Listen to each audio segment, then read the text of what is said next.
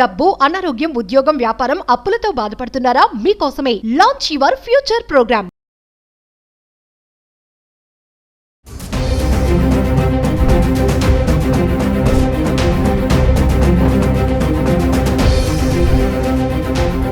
Hi hello నమస్తే, welcome back to Suman TV. ప్రస్తుతం మనతో పాటు ఉన్నారు certified business trainer, certified astro business coach Javeria గారు. మా జవేరియా గారితో మాట్లాడదాం.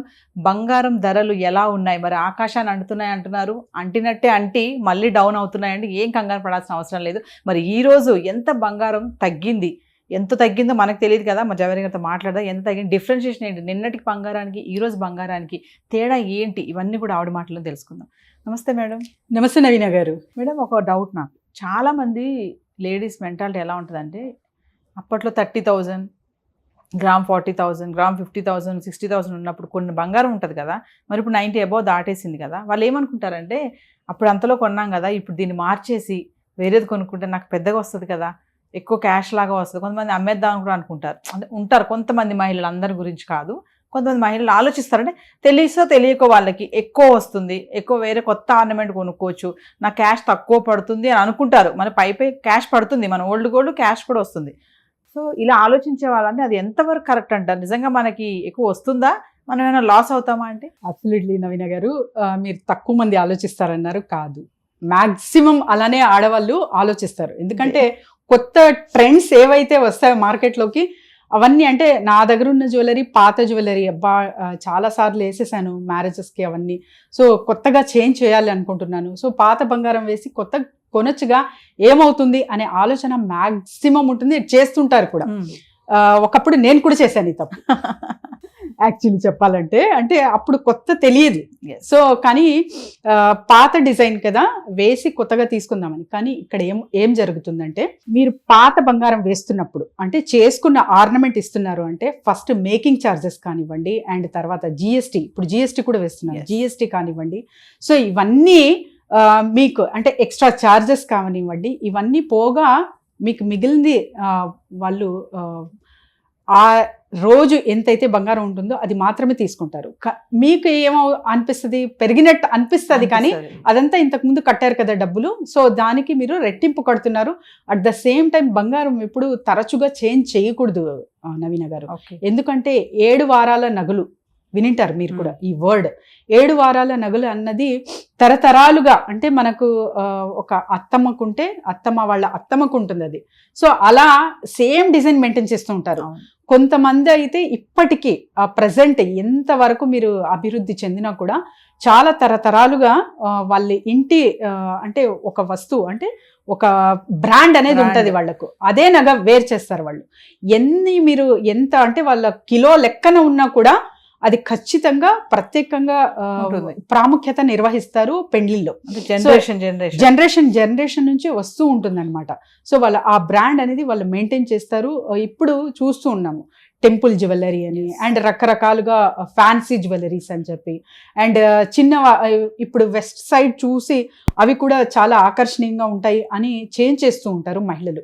కానీ ఈ చేంజ్ చేయడం వల్ల లాసే తప్ప లాభం అనేది ఉండదు. సో ఫస్ట్ ఆ మైండ్ సెట్ చేంజ్ చేసుకోవాలి. అండ్ బంగారం అంటే ఏంటి, సో మీ దగ్గర ఒక మంచిగా అసెట్ ఉంది అని. సో తరచుగా ఇది అంటే చిన్న వస్తువు కాదు. మీరు బట్టలు కూడా, సిల్క్ శారీస్ కూడా 1 లక్షకి కొన్నారు శారీ, ఓకే, ఒక 2 years 3 years వాడాము, చాలాసార్లు వేసుకున్నాను నేను పెండ్లిలో, ఇంకా ఆ తర్వాత చేంజ్ చేయాలి, కొత్తది కొనాలంటే ఓకే, పాతది మీరు ఇచ్చేసి ఇంకా ఎవరికైనా మీకు ఉన్న సర్కిల్లో కొత్తది కొనొచ్చు. కానీ బంగారం అలా చేయకూడదు.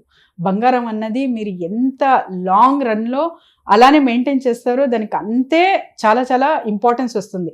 ఎందుకంటే ఎందుకు వద్దంటారంటే నవీన గారు, మైండ్ సెట్. ఎప్పుడైతే మీరు రిపీటెడ్గా పాత వస్తువు వేసి కొత్తది, పాత వస్తువు వేసి కొత్తది చేంజ్ చేసే అలవాటు ఎప్పుడైతే పడతారో దానికి వాల్యూ అనేది పోతుంది అనమాట. అండ్ ఇది ఏమవుతుందంటే, ఓకే ఒకసారి ఏదైనా ఇల్లు కొనాలి, లేకపోతే ఏదైనా పెద్దగా అసెట్ కొనాలి, లేకపోతే లోన్ క్లియర్ చేయాలనుకోండి. సో ఏముంది, ఇప్పుడు చేంజ్ చేసి అలవాటు కదా, ఇది ఈజీగా ఇచ్చేస్తారు. బంగారం ఇచ్చేసి ఆ లోన్ క్లియరెన్సో లేకపోతే ఇంకొక ఆస్తినో అలా కొంటారు. కానీ ఇది కూడా ఒక పెద్ద గొప్ప అసెట్ అనేది మర్చిపోతాం అనమాట. సో అలాంటి మైండ్ సెట్ క్రియేట్ అవ్వకుండా ఉండాలంటే లాంగ్ రన్ వరకు మీకు మంచిగా హార్ట్ఫుల్గా నచ్చే ఏదైతే డిజైన్ ఉంటుందో అలాంటి డిజైన్ చేయించుకొని అది మరీ మీ పిల్లలకు గిఫ్ట్ ఇవ్వాల్సిందే మీరు, కానీ మీరు మాత్రం చేంజ్ చేయకూడదు అని అంటాను నేను. కానీ మేడం ఆ ఊహ ఉంది చూసారా, ఇప్పుడు 40,000 కొన్నాను, ఇప్పుడు 90,000 అయిందంటే డబుల్ అయింది కదా. అవును, డబుల్ అయింది అదే మైండ్ లో ఉంటారు తప్ప మీరు అన్నట్టుగా చార్జెస్ కానీ, ఆ జిఎస్టీ కానీ, ఆ వేస్టేజ్ కానీ ఇవన్నీ ఆలోచించరు. నాకు డబుల్ అయింది, సో డబుల్ అవుతుంది కాబట్టి నేను ఇంక వేరే కొనుక్కోవచ్చు నేను. బట్ దీనివల్ల ఏంటంటే నష్టమే కానీ లాభం ఏం లేదు, నష్టమే ఉంటుంది నవీన గారు. And at the same time ఏమవుతుందంటే షాప్ ఓనర్ మీకు ఫ్యామిలీ మెంబర్ అయితే వాళ్ళు చెప్తారు వద్దమ్మా వెయ్యకండి మీకు నష్టం అవుతుంది అని. లేదా తను ఒక పక్క బిజినెస్ మ్యాన్ అనుకోండి, తనకు ఏమవుతుంది ఇంకో అరతలం వేసి కొత్త చేయించుకోండి అంటారు, డబుల్ వస్తాయి కదా. సో ఇక్కడ కూడా మనము లాస్ అవుతాము. సో అది అలానే మీరు ఉంచుకుంటే చాలా చాలా బాగుంటుంది. అండ్ ఎస్పెషలీ మైండ్ సెట్ అనేది బంగారం మీరు కొంటున్నారు అంటే ఇది ఒక డికేడ్ లాగా ఫీల్ అవ్వి అది ఆస్తి అనేది పెట్టేసేయాలి, దానికి వాల్యూ అనేది చేసుకోవాలి. And at the same time intention, బంగారం కొంటున్నప్పుడు మీ ఇంటెన్షన్ ప్యూర్గా ఉండాలి. ఇది నాకు అసెట్, దీని నుంచి నాకు చాలా లాభం వస్తుంది, ఇంకా నేను బంగారం కొంటాను అన్న ఇంటెన్షన్తో కొనాలి నవీన గారు. చాలా వరకు పెద్దవాళ్ళు కానివ్వండి, ఇంకా ఇతర అంటే బంగారం అవసరానికి ఉంటుంది అన్నట్టు కొంటారు, అలా ఎప్పుడు కొనకూడదు.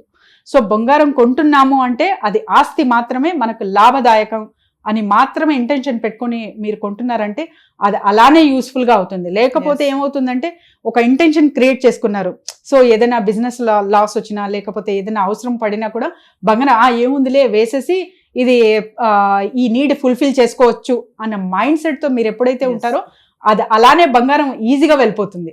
So intention should be important and it should be డిటర్మైన్డ్గా మీరు తీసుకోవాలి బంగారం కొనేటప్పుడు. ఇంకోటి మేడం, ఈ బంగారం అనేది ఎమర్జెన్సీ ఫండ్, మనకి ఎమర్జెన్సీగా కావాలి అంటే ఇమీడియట్లీ పెట్టితే మనకు డబ్బులు వచ్చేది బంగారమే. అవును, మీరు ఒక వీడియోలో చెప్పారు, ఒక ఫ్లాట్ కానీ మనకి ఇల్లు ఉన్నా ఫ్లాట్ ఉన్నా ఏవైనా it will take some time పడుతుంది, ఆ పేపర్ కానీ ఇవన్నీ చేయాలంటే డాక్యుమెంటేషన్ అంతా ఉంటుంది. బట్ మనకి లిక్విడ్గా ఇమీడియట్లీ డబ్బులు కావాలి అంటే ఖచ్చితంగా బంగారం పెడితే ఇమీడియట్లీ వాడు క్యాష్ ఇస్తాడు. అదొకటి మనకి ప్లస్ పాయింట్ బంగారం ఉండడం. అందుకే ధరలు కూడా చాలా పెరిగాయి నవీన గారు. ఎందుకంటే ఇప్పుడు ఫర్ ఎగ్జాంపుల్ మీ దగ్గర కోట్లు ఆస్తుంది, కానీ దాన్ని అమ్మాలి, ఒక మీడియేటర్ రావాలి, సో కొన్ని నెలలు అండ్ సంవత్సరాలు కూడా తీసుకుంటాయి అన్నమాట.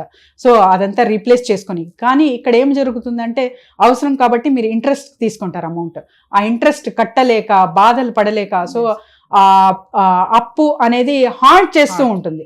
సో అలా కాకుండా బంగారం కొన్నారనుకోండి ఈజీగా కొంటాము, ఏదో ఎప్పుడు అవసరం అని చెప్పి మీరు తీసుకోవచ్చు. కానీ ఆర్నమెంట్లో చేస్తున్నప్పుడు ఇది ఎప్పుడు నేను వెయ్యను అనే ఇంటెన్షన్తోనే కొనాలి. Thank you ma'am. Thank you అండి.